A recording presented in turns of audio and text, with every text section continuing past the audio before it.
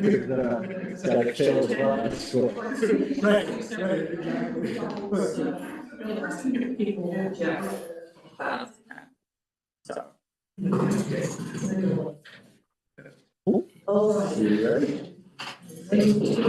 in progress. Welcome to the Norwich Selectboard regular meeting of Wednesday, October 8th, 2025. I'm Mary Lacy. Here to my left is Marcia Conway, to my right, Kimo Briggs, Sylvan Vincent, that's right, and town manager Brian Duffy. The first item on the agenda is the agenda itself. Are there any additions or amendments proposed? Or?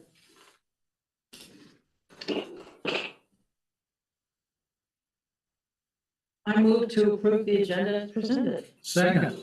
And let's vote on that. So, Marcia, how do you vote? Yes. And Kimo? Yes. So, Yes. Matt? Yes. And I'm yes. Okay. Second is the chair's report. I met to work on the agenda, and I also wrote up a synopsis of the town manager's evaluation materials, which included employee survey and input from the select board members on the evaluation form that we all agreed to use. So that was done, conveyed to the town manager, and then we'll just go over that in item number 9, town manager evaluation. So that's it for the chair's report. Any questions on that? Seeing none. The next item is for public comments for items not on the agenda. Would anyone like to? Can I? Oh, yes? I would like to make a comment. Okay. In praise of our fabulous police chief, Matt Romei.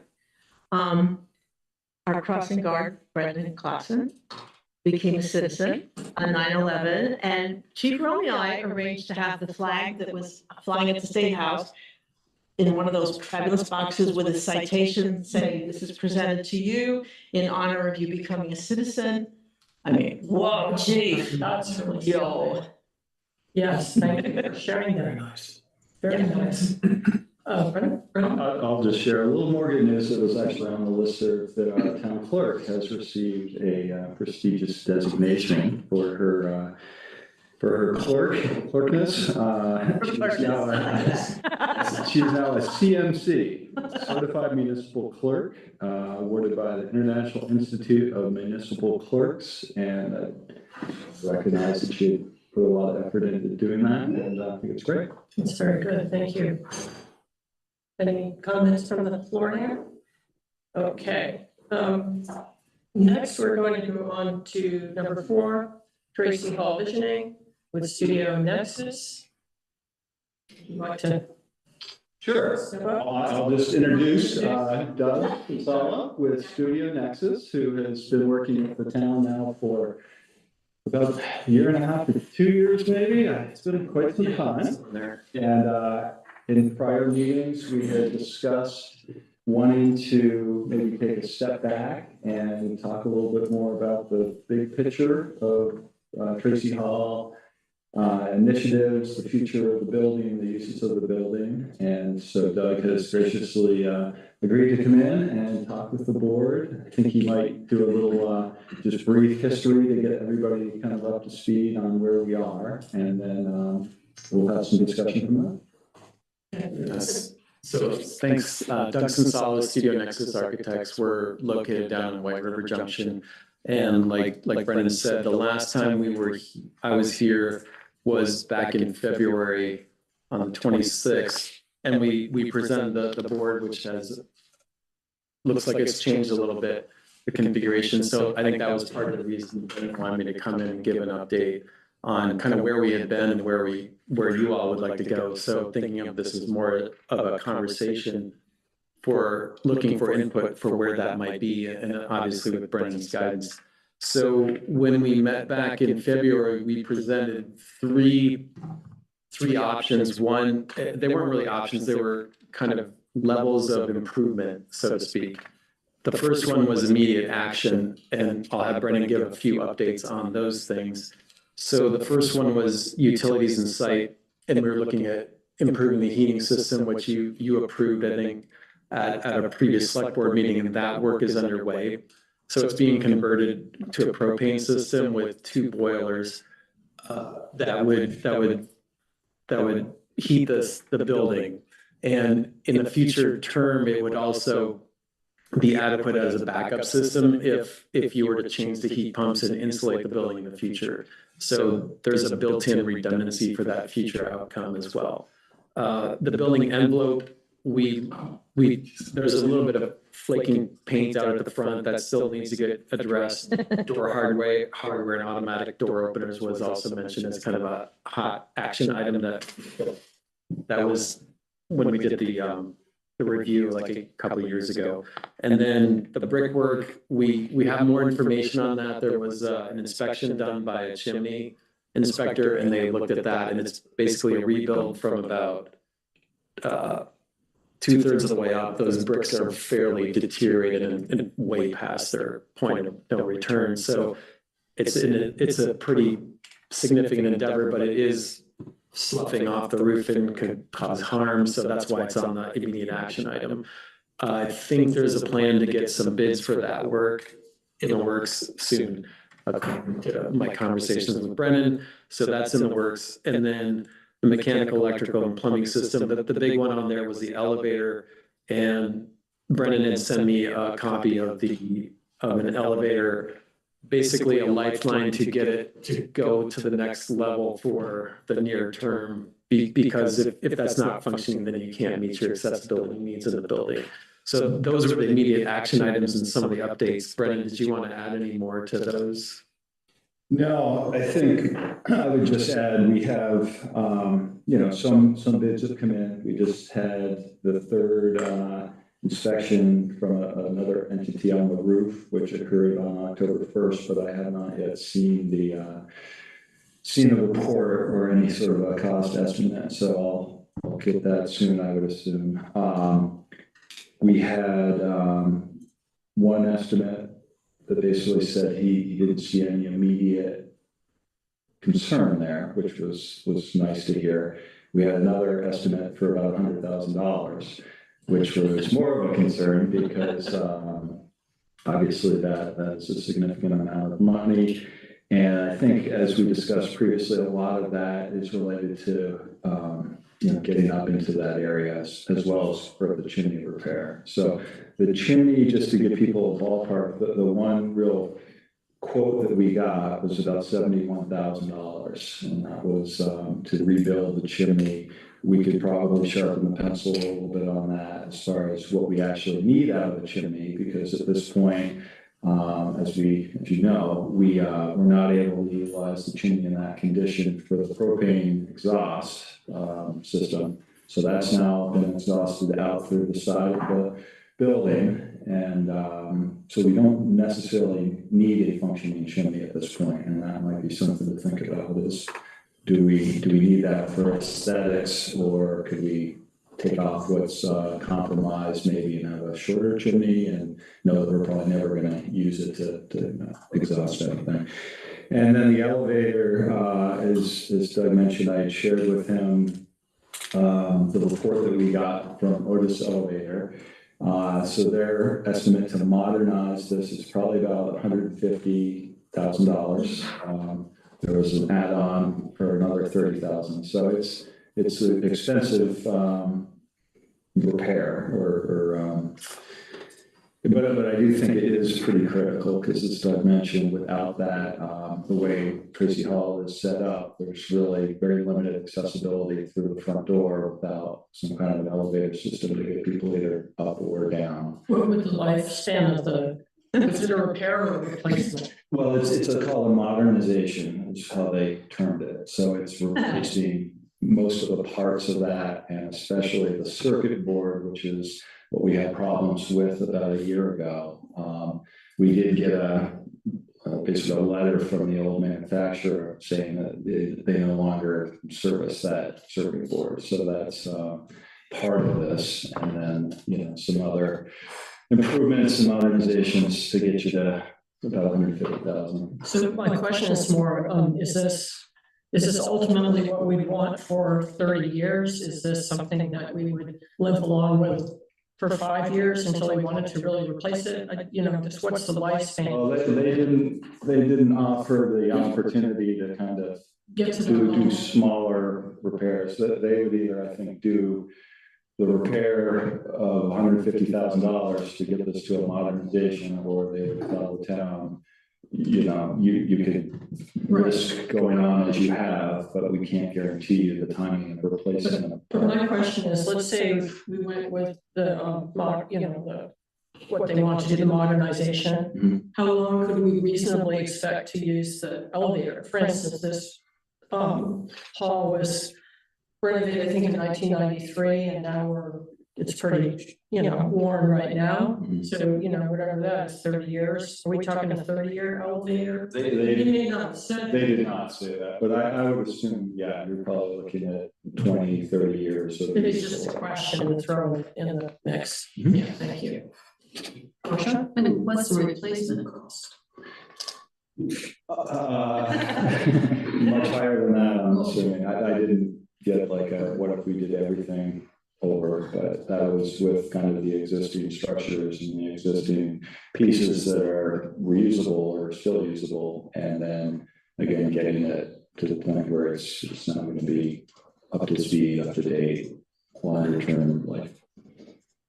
And I interrupted you, sorry, because you were talking about the elevator, and you might have other things to. Yeah, well, those were the three that I brought to the board's attention on a couple occasions, and we haven't acted on those to date because I think we've been kind of trying to be thoughtful about this, but knowing that we have kind of finite budgets and resources, those are the three things that I think we are going to have to address at some point here in the pretty near term.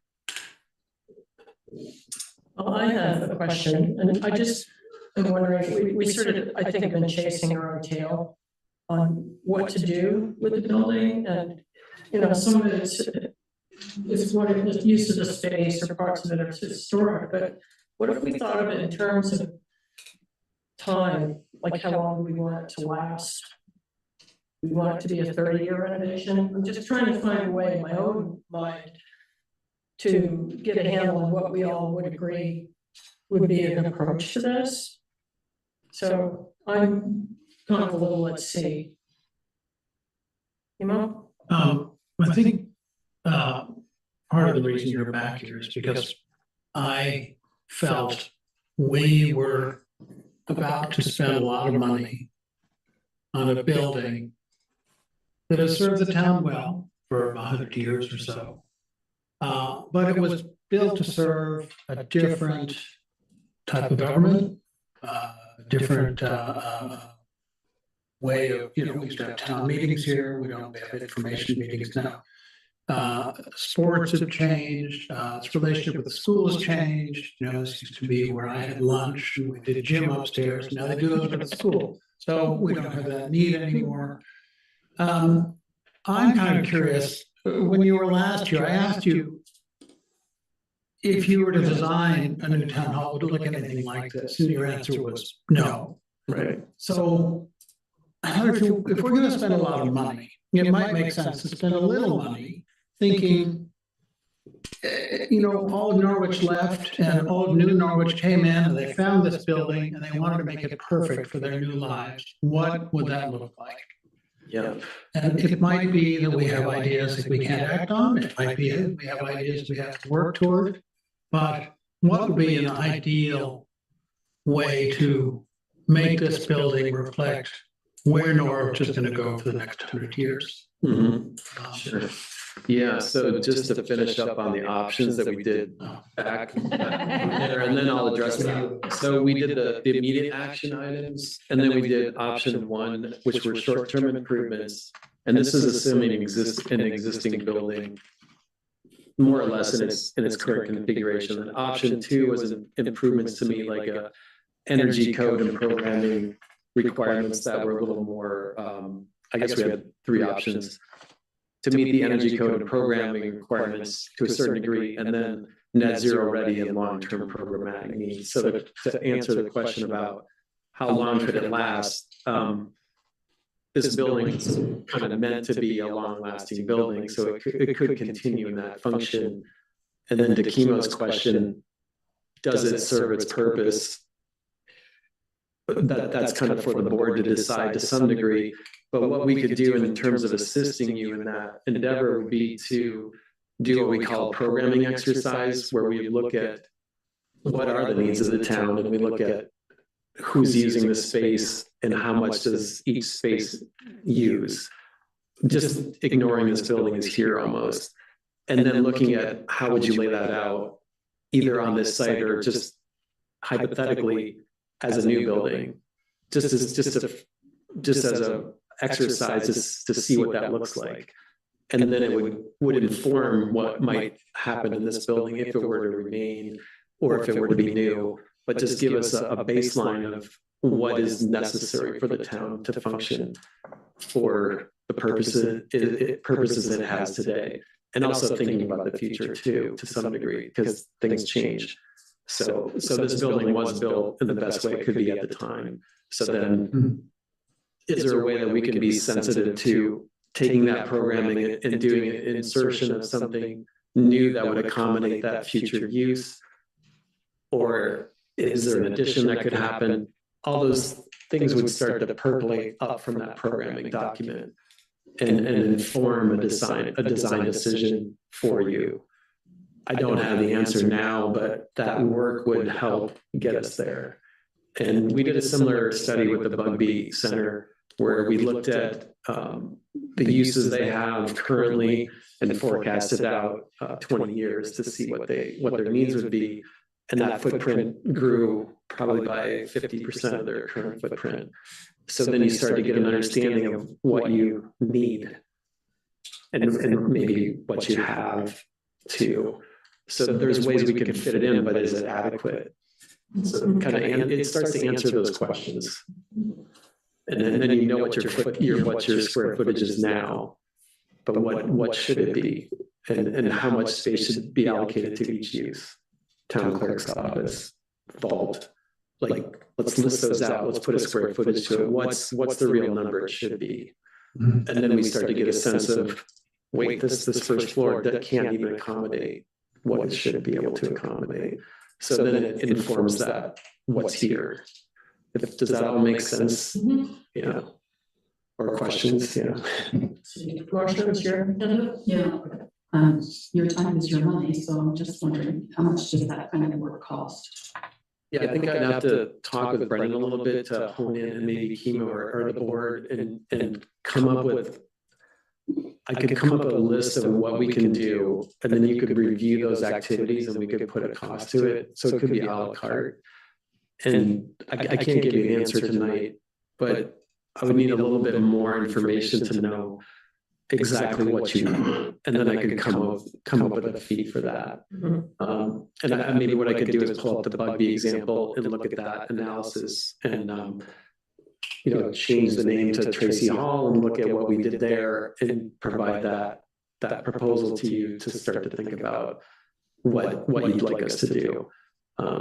And then you can pick, and it's an open conversation. You may not need certain things that we did there, and maybe we don't even draw at this phase. We just accumulate information and square footages. But if you want us to go to the next level and start to think about looking at this building, a new building, or addition to this building, that's like another step. So really, it's a conversation within the board, and I could come back once we have the proposal and work that through with you.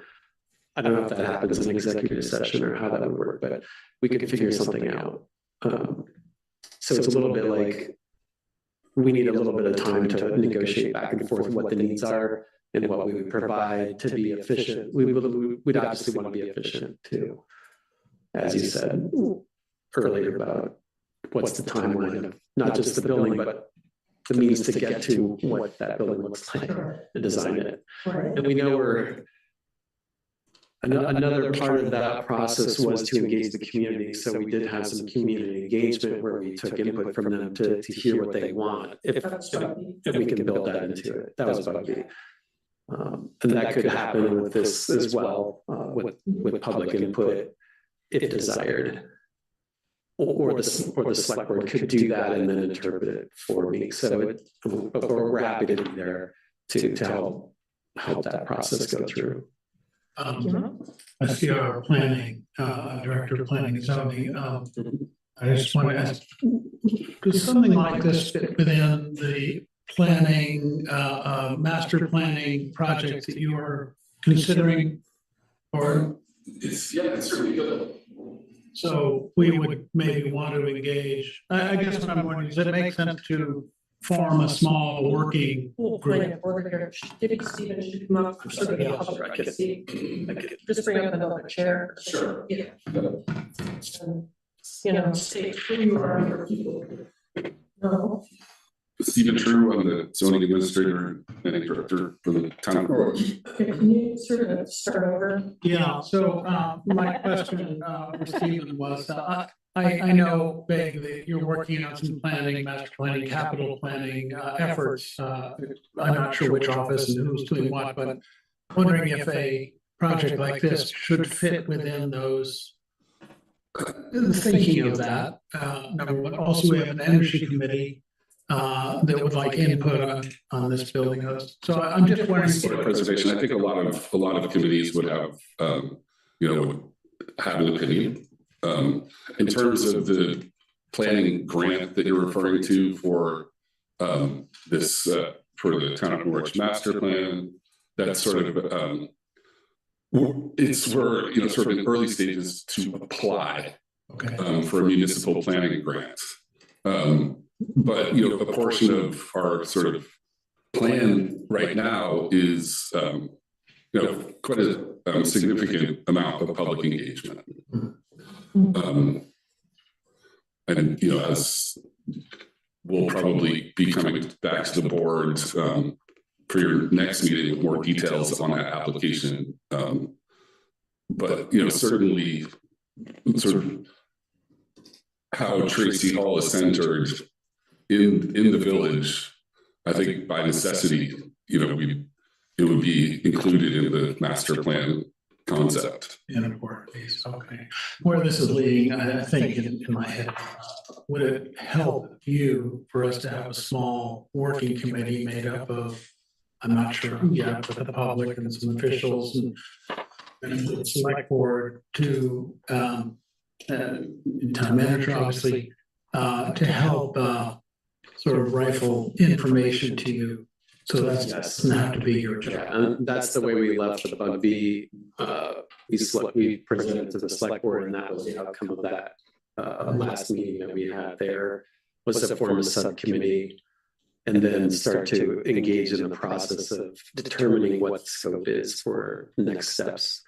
So they haven't quite restarted that, but that would be a good approach to do that, I think. And then if we're looking at master planning, but even just site planning on this site, we likely need a civil engineer as well, because there's permitting and all kinds of stuff when it comes to septic and water, those kinds of pieces, depending on how involved we want to get in looking at all that.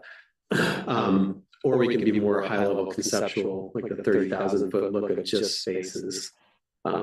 So we can dial that in with that committee to figure out how granular we want to get with master planning versus like designing a building and somewhere falling somewhere in between. Does that answer the question? Yeah, I think so. And just to follow on that a little bit, the way we're sort of conceiving this master plan is that it'll run through the planning commission, but we will have a steering committee comprised of members of the public, of other committees, perhaps members of the select board. So I mean, that's, if we're successful with our grant application, that's the kind of structure that will oversee that engagement. Yeah. Hey, are you You first. Okay, go ahead. Stephen, how does that differ from the town plan? It's a complementary component to a town plan. It's not, master plans aren't, they're not required by legislation. It's sort of my eyes, the most effective mechanism to get early engagement from the public.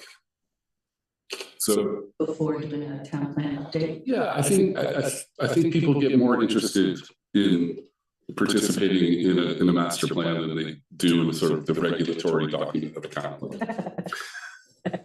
Is it fair to say it's a more aspirational document typically than a I mean, they're both kind of aspirational, but I mean, there are sort of legislated, content in the town plan, whereas a master plan can be a bit broader in its scope, including things like, And then does it get incorporated in a town plan? No, I mean, it informs it, but there's no direct link. It's not, town plan that doesn't require a master plan. Okay, thank you. So, I've been really looking forward to having the town doing a planning exercise like what you described. I think that's just essential before we try drawing lines on any paper. And also, I sort of hesitate to say this, but not that I want to revisit what we went through with the dog ordinance, but in a way, I think that was a good model for engaging the community. Now, hopefully it wouldn't take that long. It'll be a lot calmer, but that turned out well, I think, because townspeople knew we wanted their input and we were listening to them. And I think it'd be crazy for just us at these tables to think we can make all the decisions. So I would want us to, we can offer, the town people may or may not want to show up. And I think we on the board should deal with the town people feedback mostly, and then tell you kind of where we're going. At some point, maybe you come in and moderate or something. But I just think that's the most essential thing we need to do here is get this programming exercise done, so we have a sense of where we're trying to go, what we're trying to do, and then figure out how to break it down into feasible steps. that makes sense. Matt, do you have any comments or questions? No, I feel similarly that I'm looking forward to us moving forward with sort of the master plan sounds great, the town plan sounds awesome. So this is all going in the right direction. I was curious how much program study was done in order to create the report that you presented to us, because I know that there was like kind of like gross programmatic stuff, like moving some offices so that they're closer with other offices, and talking at least with each department head and things like that. But that's pretty basic. Yeah, it was more of an assumption that the building was essentially staying in its current form, and to the extent that we could do rather minor changes from the input we got from the heads of the departments, we took an opportunity to do that. But beyond that, there wasn't an aspirational, are you adding staff? Do you need more space for documents, electronics, whatever it may be, servers? We didn't note the server up there. So what are the needs of the town on a more basic level with square foot input never really happened. So which would be more typical of a programming exercise. This was more of a feasibility study of immediate, and then kind of three options going from simplest to most complex within the shell of the building, but not doing significant rearrangement or broad analysis of space needs yet. Yeah, fair to say. I think maybe one of my reasons for being interested in this, I grew up here and I moved back here and all that, but I think when this building was built, people were really proud of what they had. It was a model. It would be nice to think that you could drive into Norwich and see this, think, wow, there's a model of Norwich today. Norwich today has so many volunteers and so many meetings and so many activities. And this building doesn't look like that. It's not inviting. People sort of skulk in through what's the main entrance? I feel like the main entrance should be out there, facing the green. It doesn't appear to me. I mean, I could be wrong about people in town. Maybe they love the nature of this sort of, what it is. But I suspect there's a chance to make it a real sort of point of pride for the town. I don't know how that's done. I have my ideas, going to lay off some. But I think that's what my interest is. We have such great buildings. This isn't one of them right now. Yeah, and then how to do that sensitive, with a sensitive touch to the historic, because that's the key. If it were to get modified to make it complementary and so which is a whole nother step, the aesthetics. But first figuring out what the needs are, and then are we bursting at the seam? Are we beyond bursting at the seam, or can we fit in here? Does the gym belong here? There's big questions to be asked and to be answered. So those are what that would prod into, some of those questions. Does it make sense to the board that this programming exercise would be the next best step, that direction? Does that kind of think so? Yeah, I'd just like to see the a la carte menu. To know what we're getting into, because we don't have unlimited funds. So I think we have to balance how much we spend on things versus how much we have for spending on stuff we need. Okay. So given that little straw poll, what's the way forward here? Did you say? I would suggest two things. One is that we find a way to form the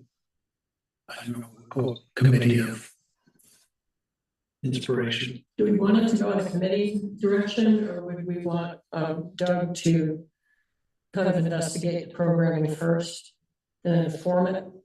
Or not? I'm a little leery of starting off with a committee that's going to sprawl out in a lot of different directions. I agree. I think we need to know where we're going before we have a committee. I think so too, personally. I think it's hard, you can answer this maybe better, but it's a little hard to do programming without input. Somebody has to tell them what our needs are. It's not obvious. Okay, but would perhaps the programming inquiries would start with the people who are working in the building? It might, but the people it serves are as important or more important than the people working in the building, I think. Okay, well, how would that not be? I don't understand in a way why you wouldn't start with the employees. I mean, what else would you add? If the people who are in the building doing all the work that serves various functions, like the finance department and the rec department, and running this admin. So I don't understand why you wouldn't just start with them. Well, you would certainly start there. Didn't they? I mean, but the reason we have these offices is to serve people. Right. And if you don't get input from people who are coming into the building and experiencing the building and registering their frustration or their pleasure or how well it works. I had to go up there and then I had to go down there and the bosses aren't together. But this was really not so efficient. Without that kind of input, you can have somebody who's very happy working in their office, giving input, but that doesn't help you move to the new. Maybe in a sense it's customer service, like if you want to talk to the town clerk, what's your experience, or if you want to talk to planning, you walk in. It's also finding everything, right? Like the way finding and all that. Okay, I think that's a component, but really the people who I think are in this building the most are the employees. And so I would give that more weight, at least in the beginning. So that's my personal opinion. Okay, now we're getting some. Go ahead, Marcia. So I don't want to see us narrow it with a committee to start with. I would like to start out with an a la carte menu and say, this is what we can afford, and have Studio Nexus basically be that vehicle for everybody to have their input, so that we aren't narrowing it to right away to a group of people who are making decisions. If we have it with Studio Nexus to start sort of mediating the whole thing and giving us some ideas, it may be then that we say, okay, now it's time to form a committee to do some stuff. But I think we don't have enough information yet to decide who would be appropriate to be on that committee. And I think we could get to all the information that we want to get to from the staff, from the town, from us, by having this sort of forum mediated by Studio Nexus.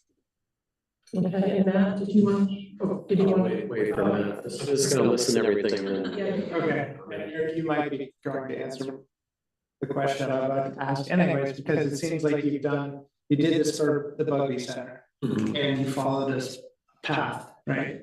And so, you know, we could be looking to you to tell us sort of the best practices for getting from here to sort of as, you know, where we want to go. And certainly getting the money, the menu of what the costs are, but then kind of the different elements that need to take place in order to get you the best information, whether it's your group talking with people in town hall that work in town hall, but with sort of their needs and wants for now and in the future is, and then the select board organizing a charrette or whatever it's called, so that all the town people and everyone else that kind of Kimo's talking about can get together and discuss what their needs and wants and thoughts are.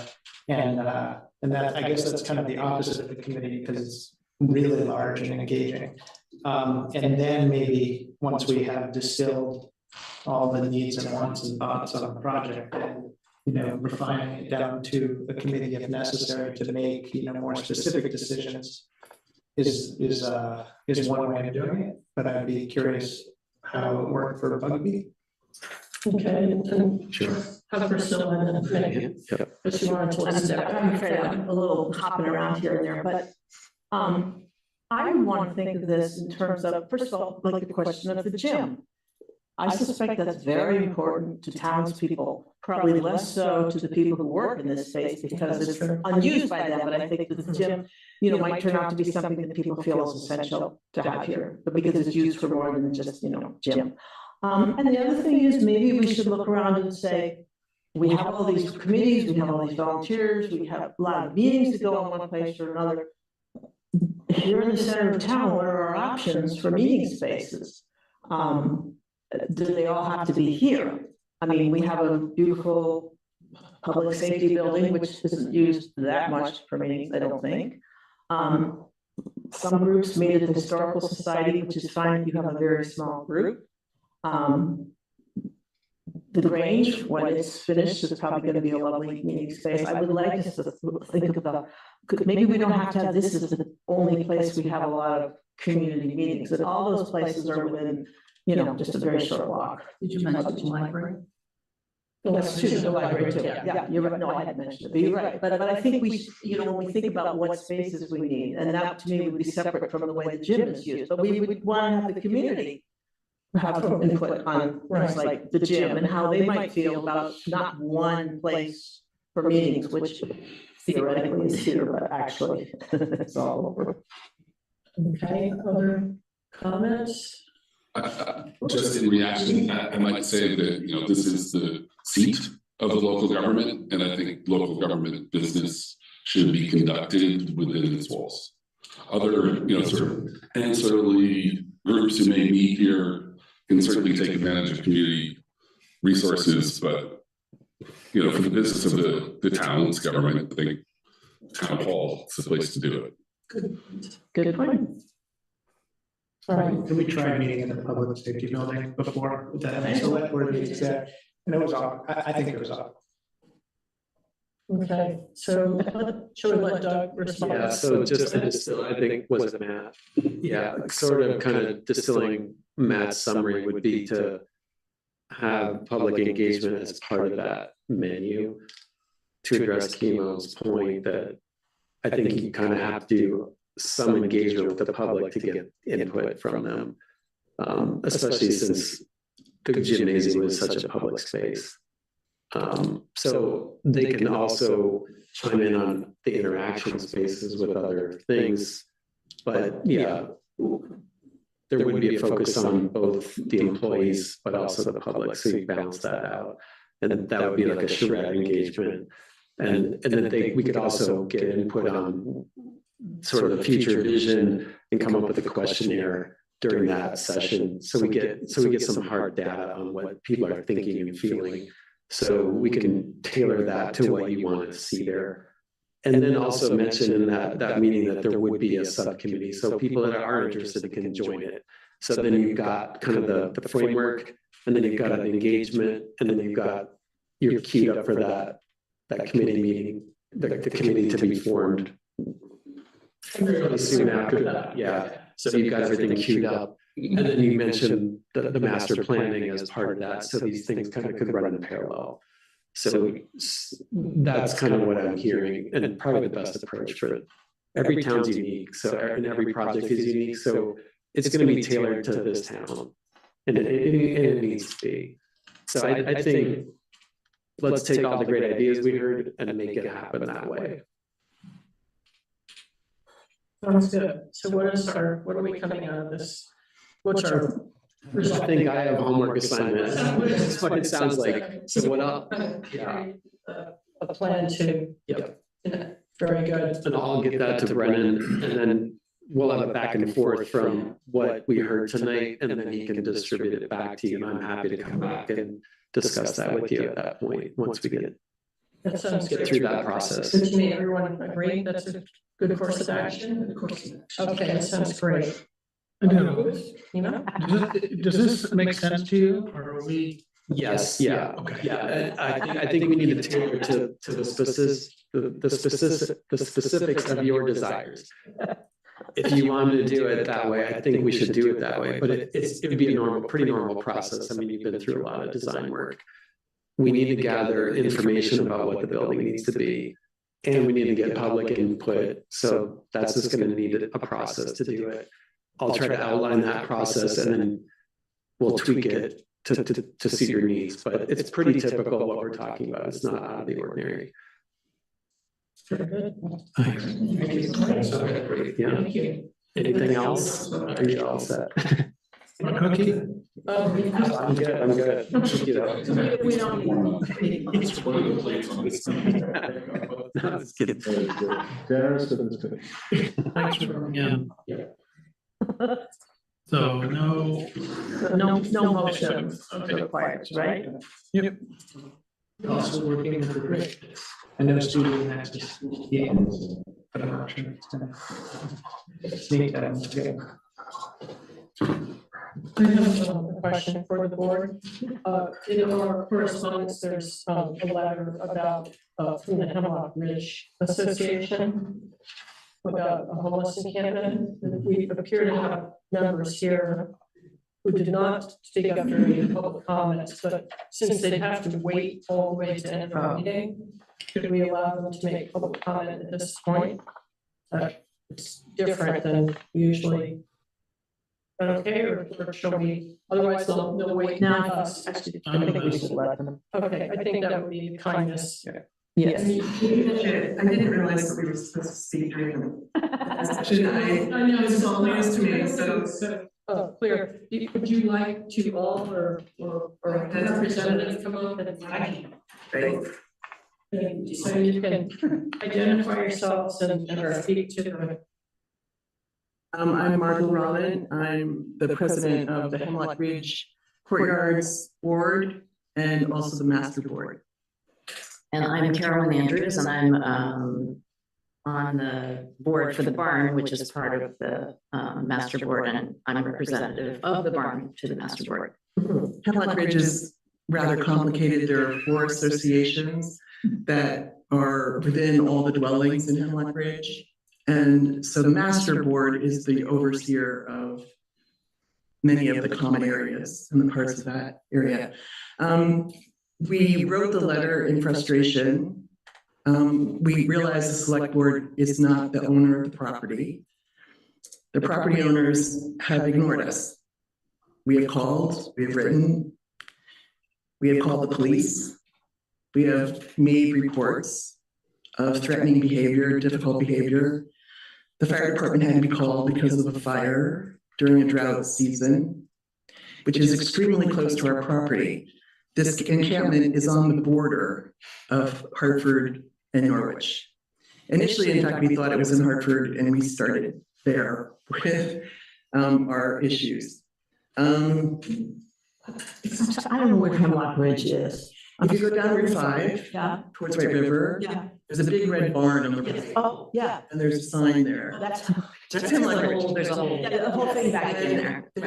Okay, sorry. how many units are in the barn? In the barn is 20 units and. There are 48 houses. Okay. Townhouses have 44 units. They're quite a large chunk of people. That's the whole garden area. Didn't know it was called. Yeah, it's a lot of people. From Palmer Court or from Route 5? Route 5. But is it near Palmer Court? Yes. Yeah, it's Palmer Court is earlier. Yes, that's the border. Yeah. It's adjacent to Valley Terrace. Yeah, Okay, which is thank you. right on the abutment. And did everybody see the letter? Yeah. Right. So part of the concern we have is what we're supposed to do as people who are impacted by this on a regular basis. When the landowners are not responding to our concerns. And we're at the point of very deep frustration building in the community. It is also, the encampment is located in an area that is accessible by trails and woods. And a lot of local people use those trails. It's a property that's across from the Norwich Farmers Market. And we know that the co-op is interested in purchasing some of this land, which we're wondering is part of the confusion of why no one wants to acknowledge this encampment exists. We're not asking for an answer to homelessness, which is right now such a national problem and so excruciatingly awful that no one person has an answer. But we do need or would appreciate guidance about what to do with homeowners or landowners in Norwich who are ignoring us. And just to be clear, I think there, at the moment, we don't think anyone is currently there. They were there, but now we don't believe anyone is residing there, but we Right. anticipate that. The encampment is still Coming back, there. we don't know. The Yes. encampment is there, all the remains, all the. There seems to be some fluidity with the people who have been living there. Okay, I'm gonna just stop here because the letter spelled out very nicely what the concerns are. And we can't make it into an agenda item, but we appreciate that you're bringing the concerns, to us. And we may not be able to solve it, it's gonna depend, it's gonna have to play out in some way that may not, include our police force or, our health officer. We're not quite sure how this can play out at this point. Right. But I appreciate that you brought it up. Thank you. Yes.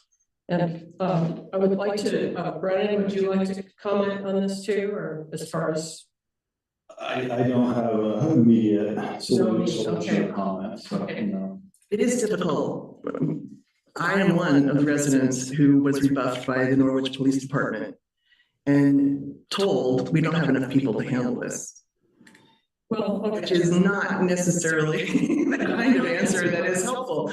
But we understand. I just want to say that from the associations and the residents who live in Hemlock Ridge, at least the members on the boards do understand the complication of this, but we also hope that our letter will also maybe spark some internal discussion about response when there are community people who have concerns, even if they're not Norwich residents. okay, we could, take that under consideration. Did you have a comment, Marcia? Yeah, I mean, this is an interesting problem. I mean, as you said, you can't legislate against homelessness. No. But we do have a criminal code, so I would think if there was an assault and, there's simple assault, aggravated disorderly conduct, there's all sorts of things on the statutes.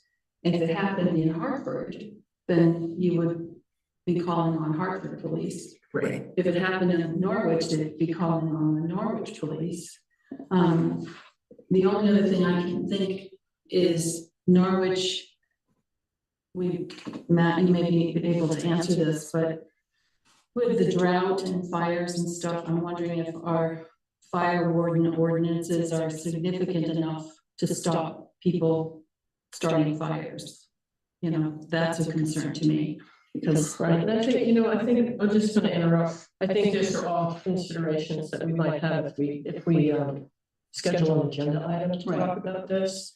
But I think what I appreciate is just that the issues have been raised with the letter and with you, hearing tonight to show your concerns. And also, it will mean a lot to our residents to be able to go back and report that We've heard of it. you've heard and Yes. have been We're taking open this and seriously. listening to what we're saying. Exactly. And we've been working with the select board also in Hartford, even though they're not in the jurisdiction, simply because sometimes resources are needed from them. We've had to call the police on a number of occasions, and so, it's just there. Thank you for Right. Well, acknowledging us and this Thank concern. you for coming.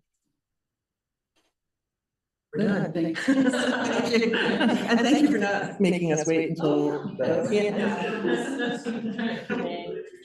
And thank you, board, for, making that part happen. Hearing it a little bit sooner. if we need to have an agenda item about fires and stuff. Like, there's no burn. Nobody's allowed to burn right now at all, and we have gotten called to fires that have been set by unhoused people. So, Is this something you might want to consider as an agenda item just to find out more information about what the town's position is, or maybe think about it? I think, I've spoken with Chief Romeo about this because from a public safety point of view, and I think that it would be probably interesting to have a 5-minute agenda item for him to explain how what our jurisdiction, what their jurisdiction is. Right. Because it becomes complicated on the town, whether it's town land, town-owned land, state-owned land, or privately owned land. The responses are different. Sorry. Sorry, Stephen, you want to come up if you're going to speak? I don't want to, belabor the point, but there also might be a zoning remedy. Right. So, but I think an agenda item is probably the proper way to just go over all the parameters. So could we include the chief, the two chiefs, fire and police, and maybe you? Sure. Okay. All right, well, we'll work on it. But I think to really do it justice, we should organize it. I'm just curious, did they decamp before or after the packet came out? Or the letter. Maybe they're reading our, I think there's been, one of the residents of this encampment has employment. At Happy Terrace. Do we know how many people are? So I think we're veering off. I know we are. It's And I think have to stop. Yeah, it is there. It's, but we're very. I do have questions, but I have to say, I'll say you write down your questions, remember them. Trying to put this up. Okay. All right, thanks so much. Thank you. Okay. Back here. Okay, so, agenda item number 5 is the DPW gravel engine for sand bid recommendations. Someone like to, I move to approve the contract with Twin State Sand and Gravel Supply for gravel / ledge product for fiscal year 2026. a second? Okay. You got that? Okay, Mike's got that. Other discussion? That was very nicely presented. as usual. As usual. Yeah. Thank you very much. Okay. It's, how do you vote, Michelle? Yes. Kimo? Yes. So? Yes. Yes. Yes. We have Burgin Powerline request. So we have two pieces. Oh, I'm sorry. Forgot to say. Forgot the second one. Yeah, we have a motion for the second, for the gravel and ledge. I move to approve a contract with Pike Industries to supply and deliver winter sand for fiscal year 2026. Second, Second. Marcia, okay. Any questions? We don't know how much will be delivered? I can't remember. Is it kind of as needed? Yeah, I believe it is kind of based on Yeah. request. It's just a. Okay. Okay, Because that's why there are no amounts in the motions. Yeah. Okay. all right. Okay. Thank you. Ready to vote? Marcia, how do you vote? Yes. Kimo? Yes. Priscilla? Yeah. Matt? Yes. Yes. Okay, now we're at the Burgin Powerline request. Would you like to speak to this, Brennan? I'd be happy to. So in the packet, you have a couple documents related to this. You have a memo from me that I think kind of explains the current situation, and the recommendation that I would make is to allow me to execute the license agreement that was crafted by our town attorneys that would allow the crossing of the right of way through a directional drill technique, and would allow the Burgin property to access Green Mountain power line through an easement that they would have to get separately with another abutting neighbor. So the town's piece is only the 45 plus or minus feet of right of way, and that would be 4 feet underground. And I think very little chance that that would create any issues as far as the environment there. So it seems like this is a mechanism to get the Burgin family connected as far as, you know, the town's piece of that. Okay, thank you. Other questions? Comments? Kimo? Have the Burgins seen this or read this? They have, yeah, I shared this with the Burgins on Friday. It is on here. Comments or concerns on their part, or maybe they could speak to that. There's no comments or concerns. Okay. Okay, thank you, Kit. Marcia? Does this make a precedent? I'm just wondering, do we have this already as a? It doesn't really. I think explained in the past that we look at all of these requests kind of on a case by case basis. We evaluate, you know, the issue, whether there's going to be any short or long term impact that would affect the town. So each kind of scenario is a little bit different. In this scenario, I think the DPW director and I visited the site where we're both feeling like this really is the only, you know, feasible opportunity to connect this the way they would like. All right, any other questions? Who's the road commissioner? Is that you? Or you? I think it is actually the DPW director. Okay, just curious. Yeah. I thought the agreement was very well written. Yeah, that was again a product from our attorneys who have a licensed template, and they use that, I think, in other towns as well. Okay, any other questions or comments? No. Another motion, please? I move to authorize the town manager to execute the license agreement as included in the select board meeting packet. I'll second, okay. And let's vote. Marcia, how do you vote? Yes. Kimo? Yes. Priscilla? Yes. Matt? Yes. And I'm yes. Okay, takes care of that one. Okay. Now we have the DRB memo regarding updates to the town's codified ordinances. We have Stephen to come up and speak to that. I also have a memo that sort of this lays out more exactly the requests, providing more detail as well.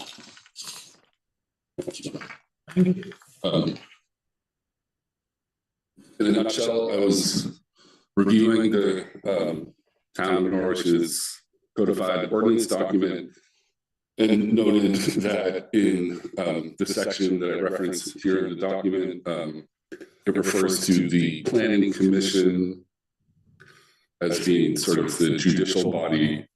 The correct board is the development review board. I'm asking you to authorize me to correct that.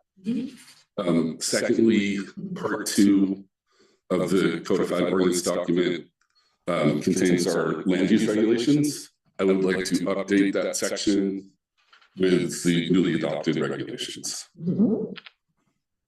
I think it's 2 versions out. So Okay.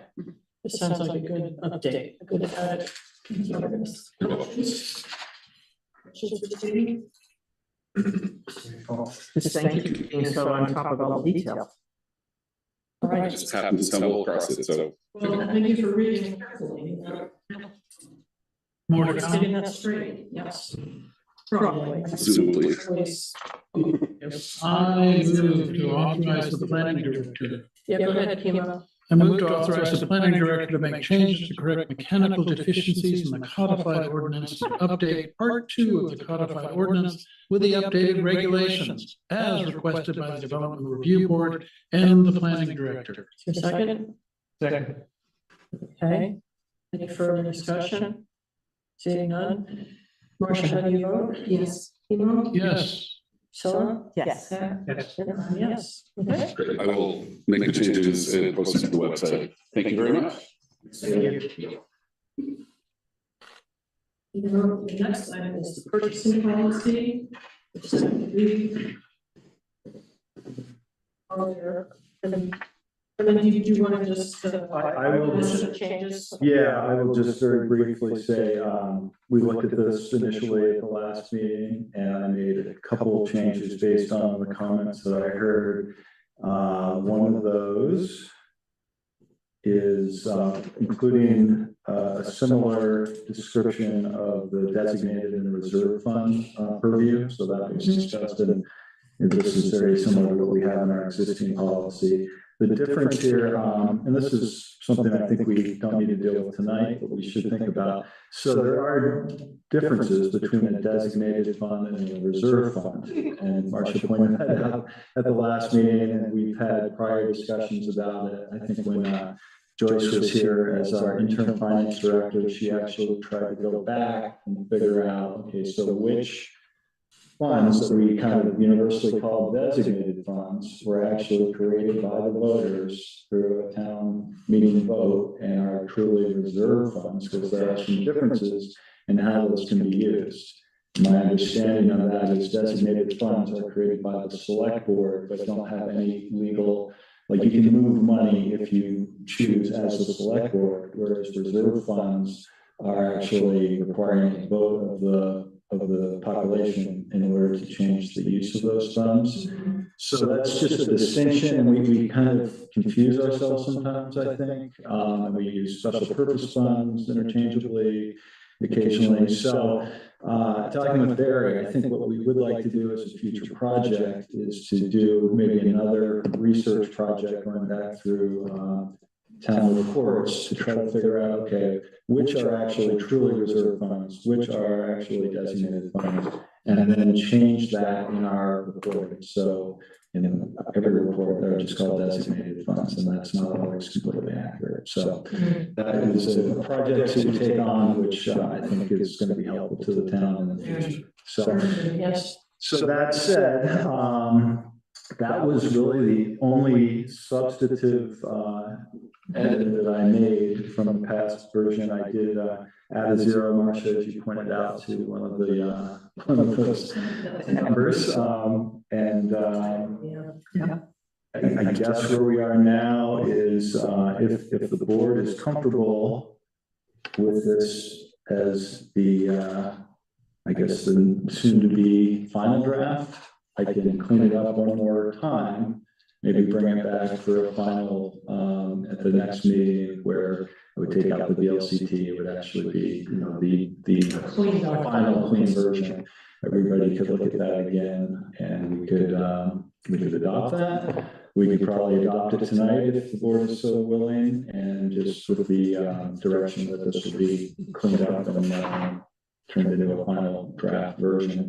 But it's really, I think, up to the board, or in thinking more, are there any other thoughts, concerns, or questions that we want to talk about before finalizing this? Okay, first, any questions from the board? The only question I would pose to the board is that in under emergency purchases, it gives the town manager unlimited sort of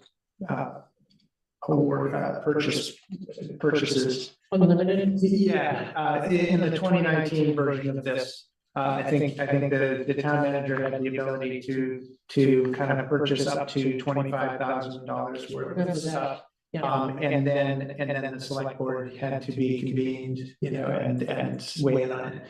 In this case, we've taken that out, or it's been taken out by VLCT. Yeah, I think this is VLCT language. Yeah, and I don't necessarily feel one way or the other about it, but I think it's worth just noting and making sure that everyone understands the difference and is comfortable with it. I can see in this day and age with the types of environmental emergencies that we have, $25,000 might be constraining at a certain point, and that's probably why VLC took it out. I don't know. Okay.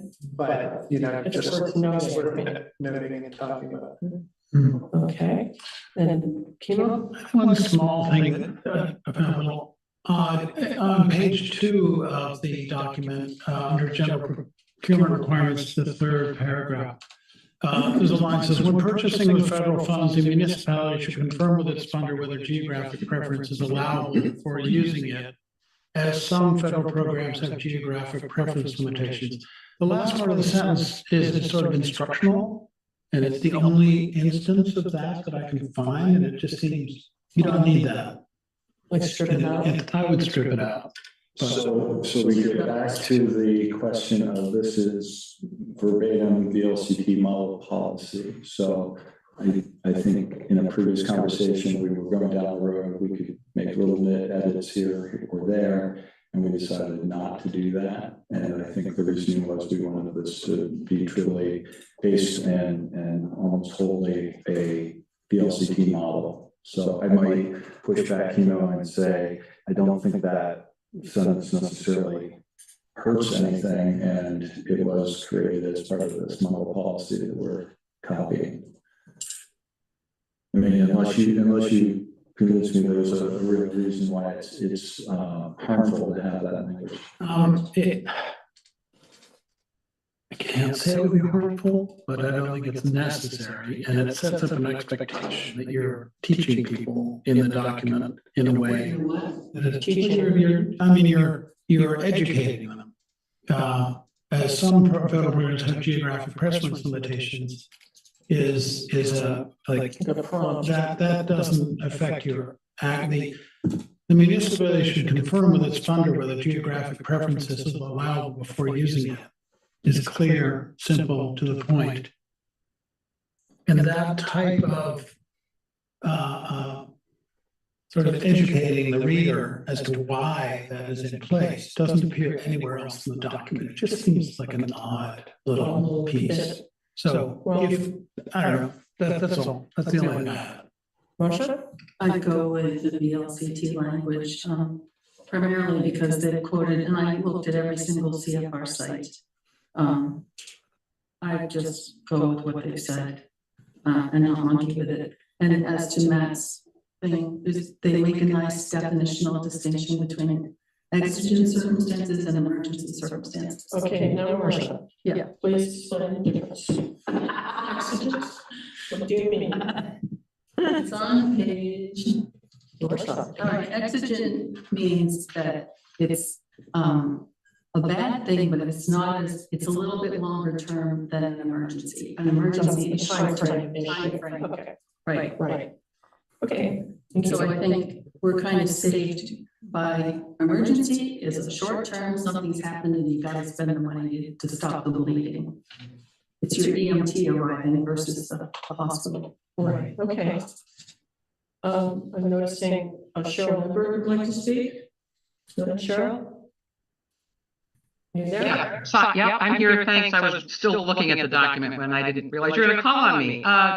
And to just be clear, I want to be sure that when you talk department heads in this policy, you're referring to the listers.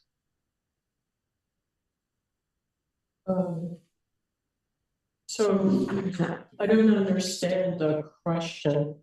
Could you say it again? Please? The reason for the question is because we seem in limbo at times as to whether we are a department of the town or not.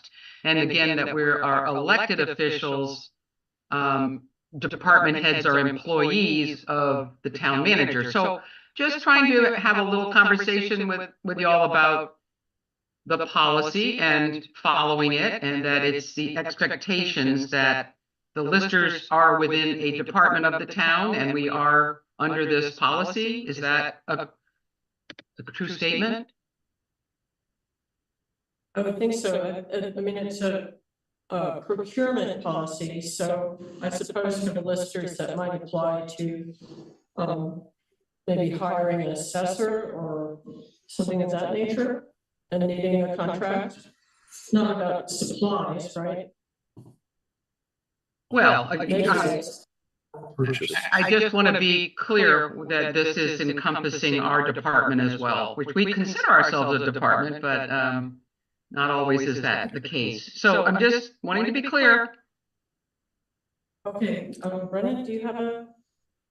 So I'm a little confused as well.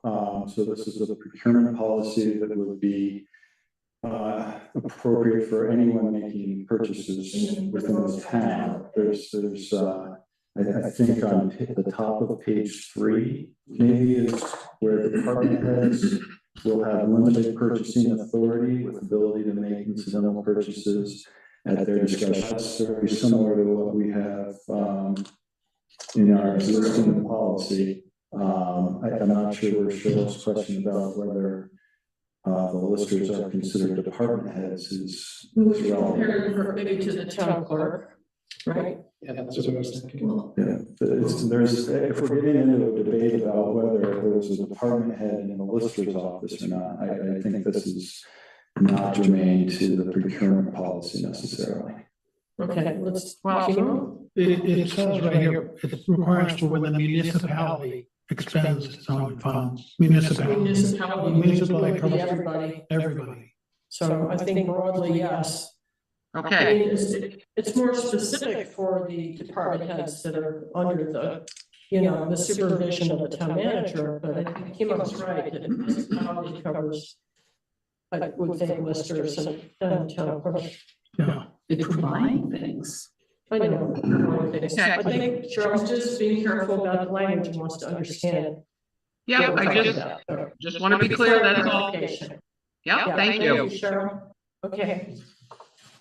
All right, what's the pleasure of the board?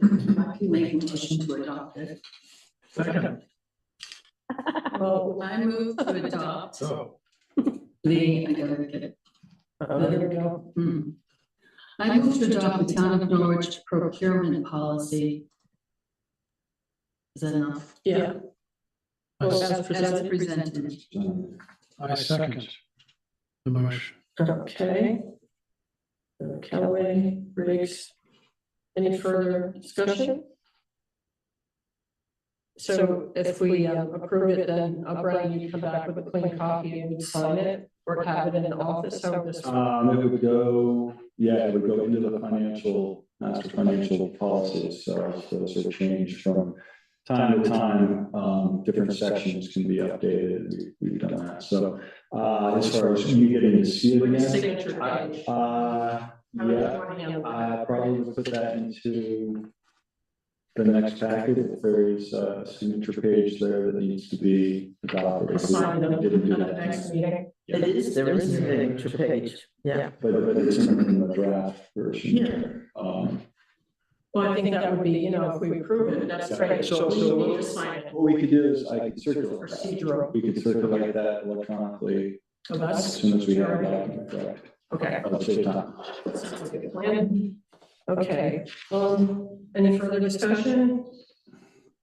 Seeing none, Marcia, how do you vote? Yes. Kimo? Yes. Scylla? Yes. Matt?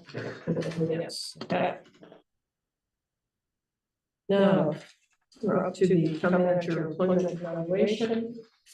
Which is a possible motion. I move to enter executive session under 1 BSA section 313 paren A paren 3 to discuss the evaluation of the town manager and to invite the town manager. Okay, is there a second? Second. Any discussion? Okay. So Marcia, how do you vote? Yes. Memo? Yes.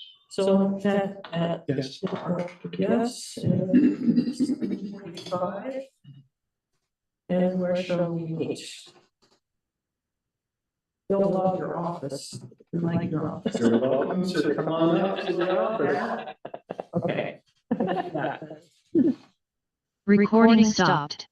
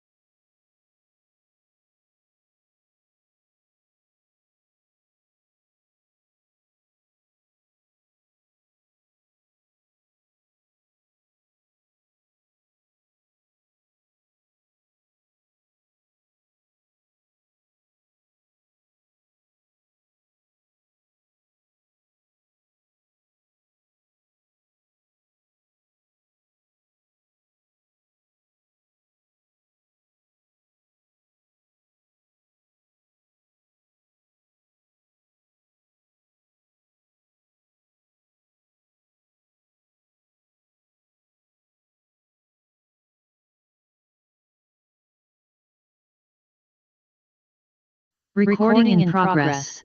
All right, can I have a motion to enter public session? I move to enter public session. Second. And let's have a vote. Marcia, how do you vote? Yes. Memo? Yes. Priscilla? Yes. No? Yes. And I'm a yes also. And we're entering at 8:33.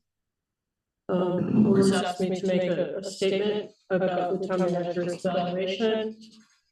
Very positive evaluation from all select board members, and we also had very good support from the town manager's direct reports, the department heads. So we feel he's in a very strong position and proud of the work he's done for the town of Norwich. And with that, I think we'll move on to approve minutes. See. So we had a motion we didn't need to do anything with. That we're back in public. I believe that was there because sometimes it's needed when we find out, but we decided to have a statement instead. It's done. We're on to number 10. Minutes? You guys, minutes? Yeah, I just, a suggestion for clarity on under item, and by the way, thank you, Marcia, for writing them. Under Chair's report, discussions about a Hanover Norwich MOU, I think it'd be helpful, it's a clear layer to say regarding the finance committee, because otherwise, like, why do Hanover and Norwich need an MOU? Wasn't that considered basically the finance committee? Yes. So if we could just say about a Hanover Norwich MOU regarding finance committee? That's fine with me. Is that agreeable to the board? Sure. Okay. Any other amendments? No. Trying to think around this meeting. Jenny does that, right? Jenny, do you make those corrections now? Or should I just make it and send it to you? I think in this scenario, since Jenny wasn't here at all, if you make that edit and send it to Burgin and Miranda, that's probably easier. And then Jenny's back on the case for the next one. Okay. Could I have a motion? Please. I move to approve the minutes for September 24, 2025 as amended. Second. Okay, take that. That one? Marcia, how do you vote? Yes. Memo? Yes. Priscilla? Yes. Matt? Yes. Yes. Okay. We have the 80 warrants, which also include what was included in correspondence, which is an off-cycle one, which I, because it's defining. I figured, sometimes there's stuff FYI. Yeah. Okay. A large one, because I believe it was to the School district tax, yes, So, $1,000,003. I did ask Brendan if we needed to do anything beyond you being aware of it, and I think since I've authorized to sign off cycle, we're good on that one. And we've seen this before, where we've got one that's just FYI, yeah, which is helpful. Never so huge, but yes. Okay. Any discussion of the warrants, Priscilla? Yeah, I just, sorry, Brennan, I have a question. I noticed that the voted appropriations for, you know, the library, headdress, blah, blah, blah, blah, were being paid, and it appears that there's like a $10,000 cutoff, and after that, they get paid half now and half, maybe after the February tax bill. Okay, that's a question for Brennan. Are special appropriations being paid in installments, and is that something unusual or? I'm just guessing because Actually happening? Let me double check on how we've done it. I don't think there's a limit where it would be split in half. I just kind of noticed Yeah. that once it got to $10,000, they got 5,000, and then, you know, like the library is 370. They get it. I would think that might be cash flow, but Let me. it's not a criticism, it's just a. I'm sure. It's something You're we're curious about. Sure. I will get It's not a a big definitive back to you. It's not a big deal. Okay. Could I have a motion? Okay, I have a question about the item 11 AP warrant motion. If you've already signed warrant number 14. Yeah. Oh, right. I assume that we don't include that. No, you're right. Is that right? Good for Good you. catch, Matt, and I agree. Yeah, we'll just take that out. Okay, so we're striking the last phrase. Yeah. Okay. Thank you, Matt. This is the first time we've done this, so that's what I asked. No, that's good.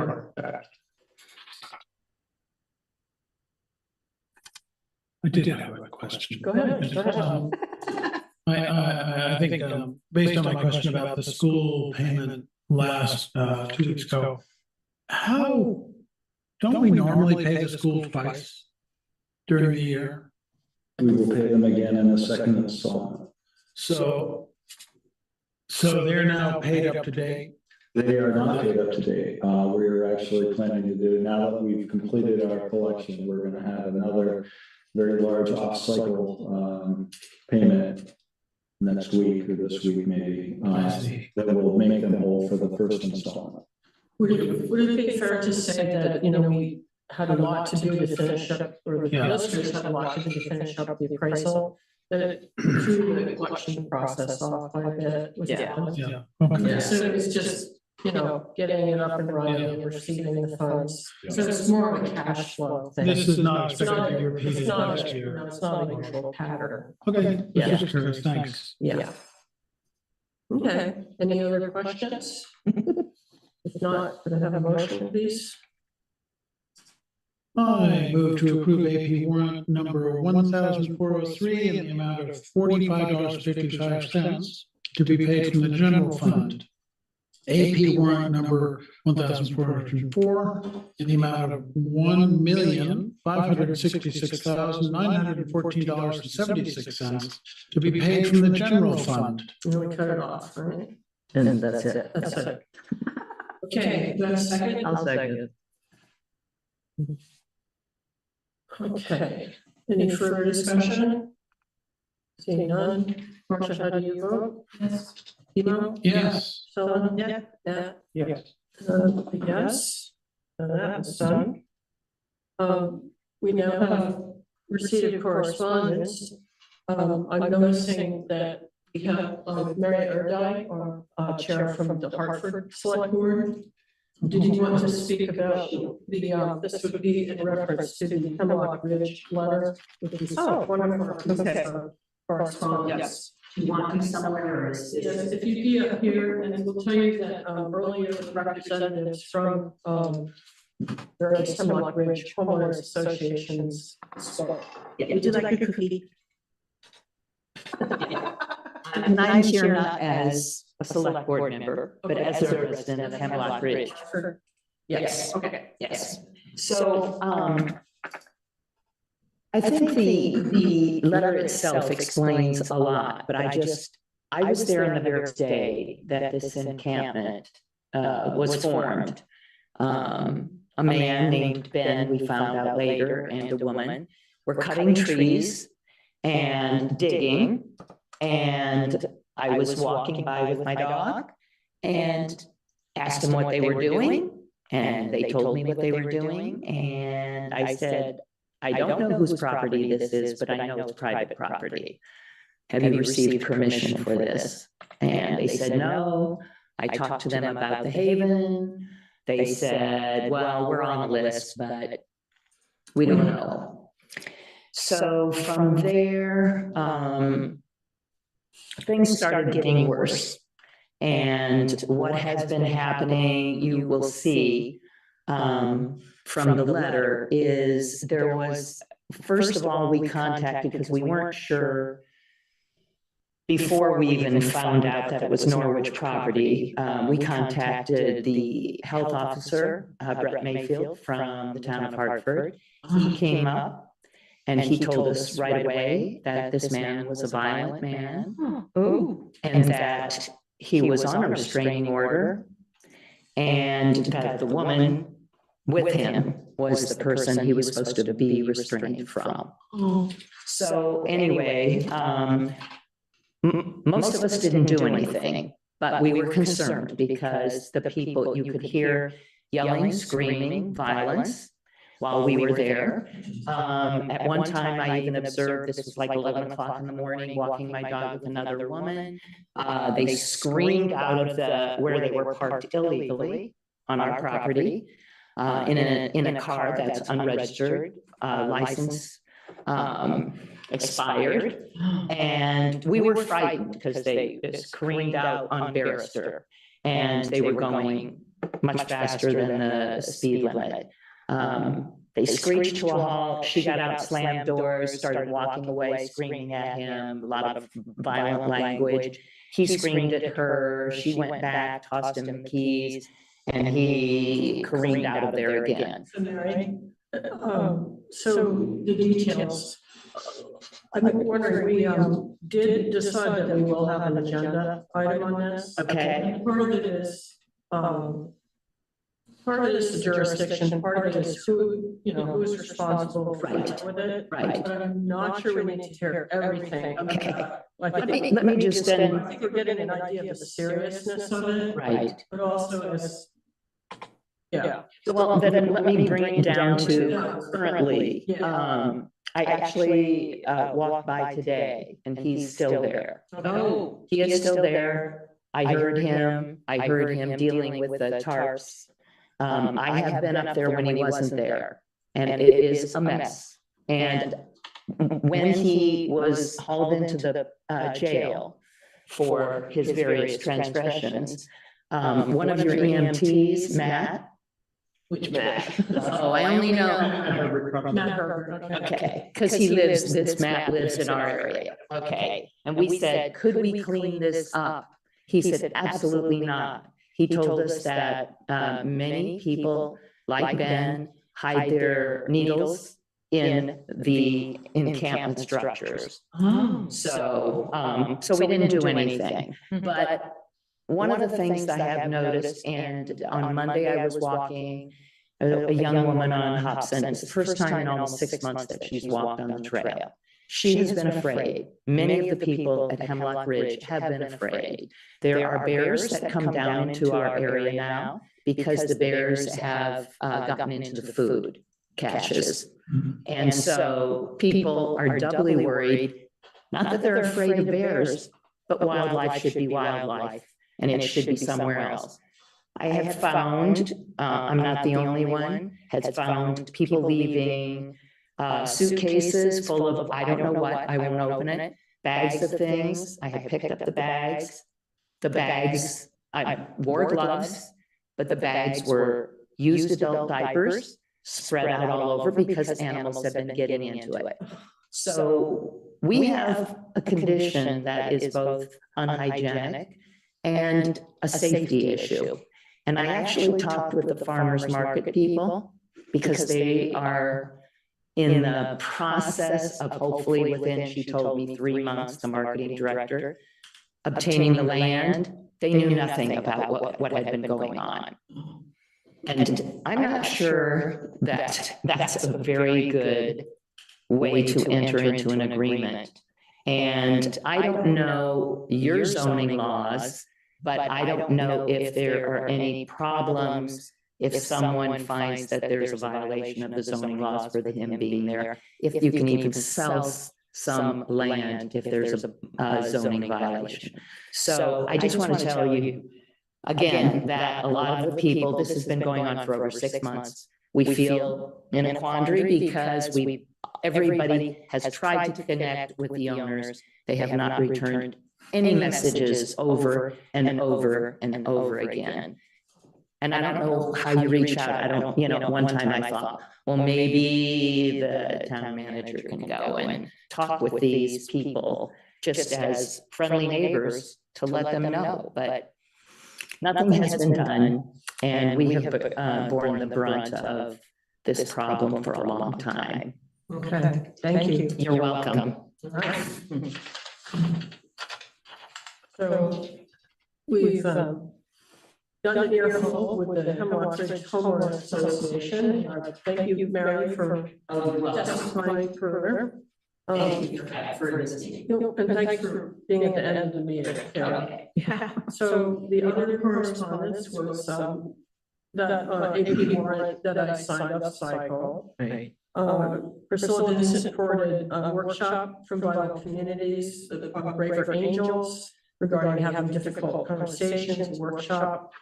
And then, there's sort of an odd piece, planning and zoning, notice of the public hearing and site visit by the DRB. I didn't quite understand why that was in there. I think that was, just to kind of let the, select board know that that's occurring. Notice. A notice, okay. All right, that was it for correspondence. One more. No, Pete. Oh, that's right. Yeah. This was really because it affects Norwich owned property. Oh, that DRB one? That's about it. Yeah, it abuts the water district thing, I think. The fire district? Yeah. Okay. Where the reservoir is or something? It's another town. Now, did I miss something? Was it the two-key correspondence in here? Because I haven't described that. Can I just say something? Yeah.